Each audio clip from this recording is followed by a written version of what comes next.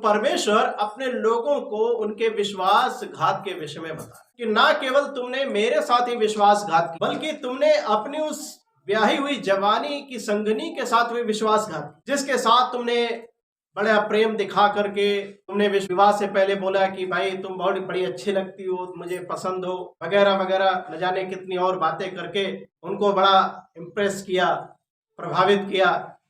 तुम्हारे बगैर जी नहीं सकते, तुम्हारे बगैर रह नहीं सकते, पता नहीं कितने वायदे किए शादी विवाह से पहले।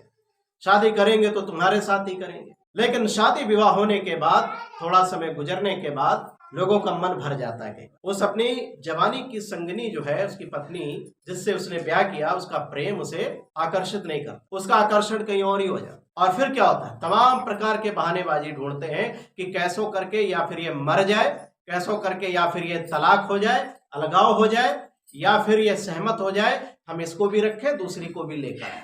तो ये जो विश्वासघात का पाप है ना, ये बहुत ही खतरनाक है। परमेश्वर कह रहा है कि अगर ऐसा ही था तो फिर मैंने जब आदम के लिए हवा को बनाया तो 2-4 को नहीं बनाया, 2-4 हवा उसके लिए नहीं बनाई, एक पुरुष के लिए एक स्त्री बनाई। और उसके जीते जी अगर कोई पति या पत्नी के जीते जी कोई तीसरे का होता है, या पत्नी हो जाए या पति किसी तीसरे का हो जाए, तो ये विश्वासघात का पाप है, व्यभिचार का। परमेश्वर इसको बिल्कुल कतई बर्दाश्त नहीं करेगा।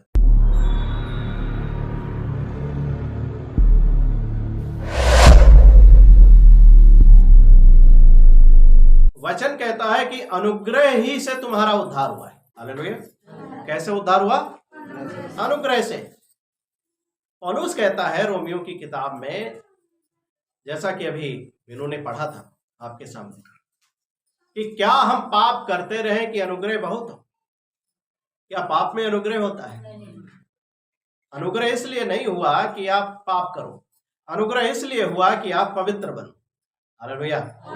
आप विश्वास में बढ़ते जाओ, आत्मिकता में, पवित्रता में, मसीह की उपस्थिति में, उसकी निकटता में बढ़ते जाओ, उसके और करीब आते जाओ। हालेलुया। ताकि आप भली भांति अपने परमेश्वर की आवाज को सुन सको और उसकी इच्छा को इस जगत में पूरा कर सको। इसलिए अनुग्रह, और अनुग्रह ही से हमारा उद्धार हुआ है, ना कि हमारे भले कामों से।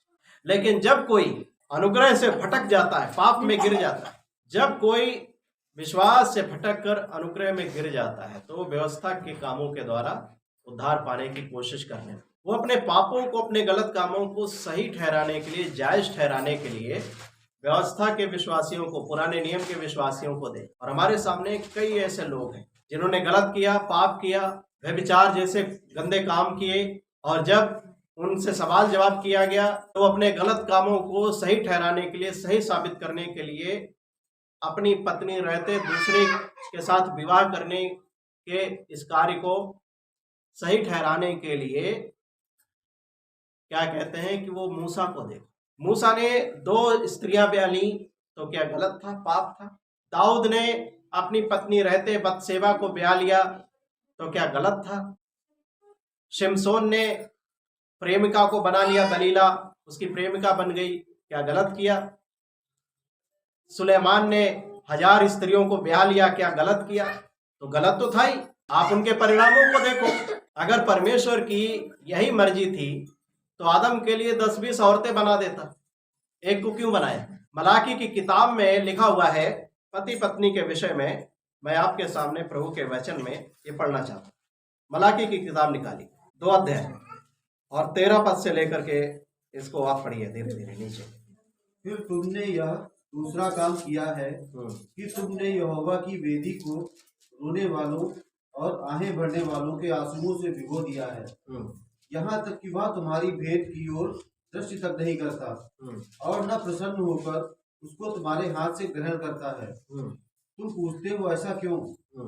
इसलिए क्योंकि यहोवा तेरे और तेरी उस जवानी की संगिनी और ब्याही हुई स्त्री के बीच साक्षी हुआ था, जिससे तूने विश्वासघात किया है। ठीक है, सुनिए, यहाँ पर परमेश्वर जो परमेश्वर के लोग थे, जो यहूदी हैं, इस्राएली हैं, उनके विश्वासघात को बता रहा है कि तुमने क्या विश्वासघात का काम किया है। तुमने मेरी बेटी को रोने वालों के आंसुओं से भर दिया है, भिगो दिया। आहें भरने वालों के आंसुओं से तुमने मेरी बेटी को भिगो दिया है। और फिर तुम कहते हो कि परमेश्वर तुम्हारी भेंट की ओर दृष्टि क्यों नहीं करता, तुम्हारी भेंट को, तुम्हारे बलिदान को ग्रहण क्यों नहीं करता। वो इसलिए क्योंकि तुमने अपनी उस ब्याही हुई जीवन संगनी के साथ तुमने क्या किया, विश्वासघात किया। क्या विश्वासघात किया, पढ़िए। क्या उसने एक ही को नहीं बनाया, जबकि और आत्माएं उसके पास थी, और एक ही को क्यों बनाया, इसलिए कि वह परमेश्वर की योग्य संतान चाहता है। इसलिए तुम अपनी आत्मा के विषय में चौकस रहो, और तुम में से कोई अपनी जवानी की स्त्री से विश्वासघात न करे। ठीक है ना। तो परमेश्वर अपने लोगों को उनके विश्वासघात के विषय में बता रहे कि ना केवल तुमने मेरे साथ ही विश्वासघात किया कि मुझे छोड़ करके तुमने दूसरे अपने हाथ के बनाए हुए देवी देवताओं की मूर्तियों की उपासना की, बल्कि तुमने अपनी उस ब्याही हुई जवानी की संगनी के साथ भी विश्वासघात किया, जिसके साथ तुमने बड़ा प्रेम दिखा करके तुमने विवाह से पहले बोला कि भाई तुम बहुत बड़ी अच्छी लगती हो, मुझे पसंद हो, ठीक है ना, वगैरह वगैरह, न जाने कितनी और बातें करके उनको बड़ा इम्प्रेस किया, प्रभावित किया। तुम्हारे बगैर जी नहीं सकते, तुम्हारे बगैर रह नहीं सकते, पता नहीं कितने वायदे किए शादी विवाह से पहले। शादी करेंगे तो तुम्हारे साथ ही करेंगे। लेकिन शादी विवाह होने के बाद, थोड़ा समय गुजरने के बाद, लोगों का मन भर जाता है। कई बार उस अपनी जवानी की संगनी जो है, उसकी पत्नी जिससे उसने ब्याह किया, उसका प्रेम उसे आकर्षित नहीं करता, उसका आकर्षण कहीं और ही हो जाता। और फिर क्या होता है, तमाम प्रकार के बहानेबाजी ढूंढते हैं कि कैसों करके या फिर ये मर जाए, कैसों करके या फिर ये तलाक हो जाए, अलगाव हो जाए, या फिर ये सहमत हो जाए, हम इसको भी रखें दूसरी को भी लेकर आए। तो ये जो विश्वासघात का पाप है ना, ये बहुत ही खतरनाक है। परमेश्वर कह रहा है कि अगर ऐसा ही था तो फिर मैंने जब आदम के लिए हवा को बनाया तो 2-4 को नहीं बनाया, 2-4 हवा उसके लिए नहीं बनाई, एक पुरुष के लिए एक स्त्री बनाए। और उसके जीते जी अगर कोई पति या पत्नी के जीते जी कोई तीसरे का होता है, या पत्नी हो जाए या पति किसी तीसरे का हो जाए, तो ये विश्वासघात का पाप है, व्यभिचार का पाप। परमेश्वर इसको बिल्कुल कतई बर्दाश्त नहीं करेगा। अभी हमारे यहाँ हाल ही में 4-5 दिन पहले की एक घटना इस समय पूरे न्यूज चैनलों पर छाया हुआ है। मेरठ की एक बड़ी घटना है। एक औरत ने क्या किया, अपने प्रेमी के साथ मिलकर के अपने पति के 15 टुकड़े कर दिए शरीर के, उसको मार दिया और उसको एक ड्रम में उसके सारे शरीर के टुकड़ों को भर के सीमेंट डाल करके उसमें उसको क्या किया, जमा दिया कि पता ना लगे। अपने पति को मारने के बाद प्रेमी के साथ मिलके खूब बढ़िया पार्टी किया, दोनों एक संग रहे, हिमाचल चले गए घूमने के लिए। और उसके बाद जब ये बात खुली, ये मामला जब सबके प्रकाश में आया, सारी बातें सबको पता लगी, उन दोनों को गिरफ्तार कर लिया गया, जेल भेज दिया गया। इतनी बड़ी घटना, इसको सुनकर के पूरा देश दंग है कि मतलब कोई ऐसे क्यों कर सकता है, कैसे कर सकता। तो इस शैतान है ना, जब शरीर की अभिलाषाओं को, पाप की अभिलाषाओं को लाता है, लोगों को अंधा कर देता है, भ्रष्ट कर डालता है, उनके सोचने समझने की शक्ति, बुद्धि सब खत्म कर देता है। ठीक है ना, ये बहुत ही खतरनाक चीज। और आज बहुत सारे लोग क्या कर रहे हैं, विश्वासघात कर रहे हैं परमेश्वर के साथ, एक दूसरे के जीवन साथी के साथ। अगर कहीं से भी आकर्षण का पाप आपके जीवन से हो रहा है तो उस समय पश्चाताप करना जरूरी है, उससे अपने आप को अलग करना जरूरी है।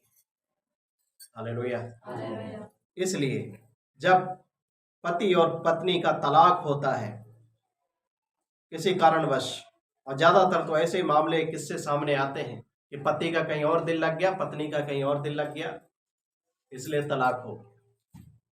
और भी कारण होते हैं, अधिकतर कारण तलाक में यही होते हैं, अलगाव में यही होते हैं कि पत्नी का मन कहीं और है, पति का मन कहीं और है, अब वो एक दूसरे के साथ खुश नहीं।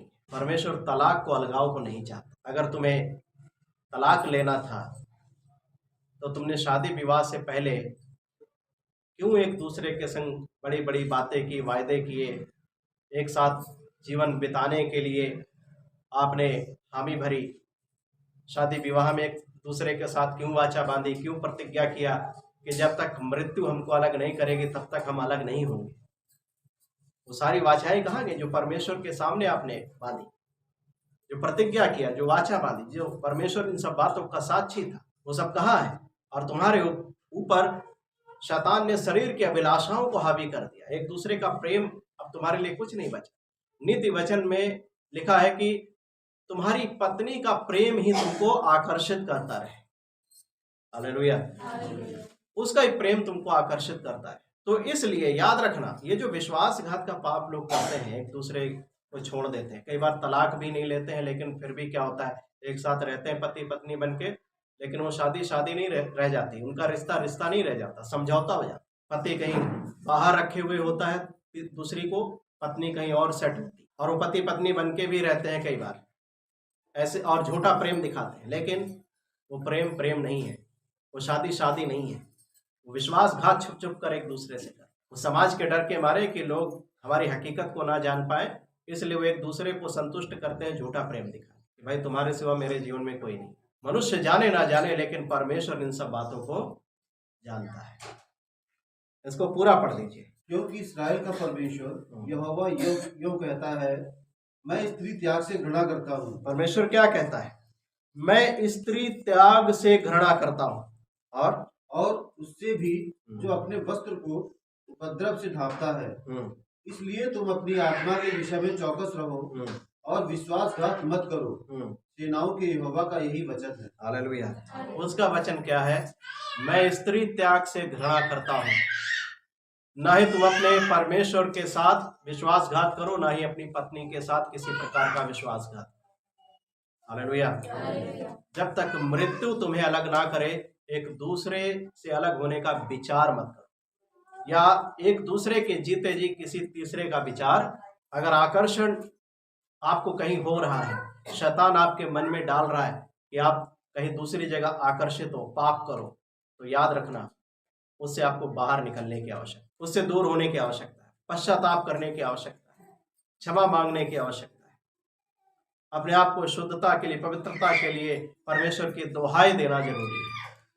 हालेलुया। प्रभु के सामने घुटने टेकना जरूरी है, क्योंकि ये अगर आप नहीं करते हो तो तुम्हारे आत्मिक और पवित्र जीवन को शैतान पूरी तरीके से नष्ट कर डालेगा, भ्रष्ट कर डालेगा, तुम्हें गंदा कर डालेगा, तुम्हें परमेश्वर से दूर करके तुम्हें नरक का भागी बना देगा। इसलिए अपनी आत्मा के विषय में बहुत ही चौकस रहो और विश्वासघात का पाप मत करो, क्योंकि अनुग्रह इसलिए नहीं हुआ कि हम पाप करें, परंतु अनुग्रह इसलिए हुआ कि हम पाप से अलग होकर के पवित्रताई का जीवन बिताएं। हालेलुया। हम शुद्धता का जीवन बिताएं। और जो लड़के लड़कियां हैं, मैं उनसे कहना चाहता हूं, जो कुंवारे हैं, अपने शादी विवाह होने का इंतजार करो। हालेलुया। अपने शादी विवाह के लिए प्रार्थना करो कि प्रभु आपके जीवन में योग्य जीवन साथी लेकर आए। और जरूरी नहीं है कि वो बहुत ही खूबसूरत हो, बहुत ही सुंदर हो। सुंदरता मायने नहीं रखती, क्योंकि वचन में लिखा है कि शोभा तो झूठी और सुंदरता व्यर्थ है। जो स्त्री यहोवा का भय मानती है उसकी प्रशंसा की जाएगी। एक परमेश्वर का भय मानने वाला अगर जीवन साथी आपको मिलेगा तो विश्वासघात आपके साथ नहीं करेगा। इसीलिए जो कुंवारे हैं, लड़के लड़कियां, मैं उनसे कहना चाहता हूं, अपने शादी विवाह होने का इंतजार करो। नहीं तो आजकल जो फैशन चल रहा है ना, लड़के लड़कियां पति पत्नी पहले बन जाते हैं, बाद में शादी करने के लिए आते हैं, हमारी शादी करवा दो जी।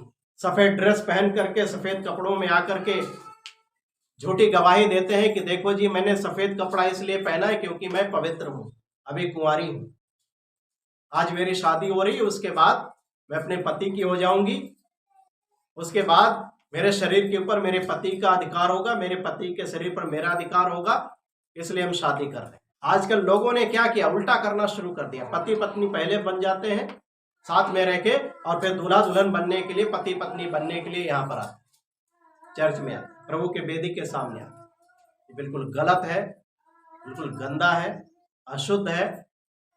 ऐसे कामों से बिल्कुल दूर नहीं है। समझ गए इस बात को? परमेश्वर बिल्कुल कतई भी इस बात को 1% भी स्वीकार नहीं करेगा। इसलिए अपनी आत्मा के विषय में चौकस रहो, अपने आप को जांचो परखो और अपने गलत कामों को, गंदी बातों को, व्यभिचार की बातों को पुराने नियम से सही साबित करने की कोशिश मत करो, क्योंकि हमारा उद्धार व्यवस्था के कामों से नहीं, हमारे अच्छे कर्मों से नहीं, परंतु अनुग्रह से हुआ मसीह यीशु के बलिदान करने के बाद। हालेलुया। और नए नियम की व्यवस्था में सिखाती है कि पति या पत्नी के जीते जी हम किसी तीसरे के नहीं हो सकते हैं। तीमुथियुस में पौलुस कहता है एक पति की एक पत्नी। हालेलुया। मृत्यु ने अगर आपको अलग कर दिया या कोई और अन्य कारण रहा, आपका लगाव हो गया, आप अगर शादी विवाह करना चाहते हो तो इसके लिए स्वतंत्र, लेकिन इन अगर कारणों के सिवा और कोई कारण होता है कि हमें कोई दूसरी अच्छी लगने लगी, कोई दूसरा अच्छा लगने लगा, गंदा काम है, व्यभिचार का काम है, परमेश्वर बिल्कुल इनको बर्दाश्त नहीं करता। इस बात को याद रखें।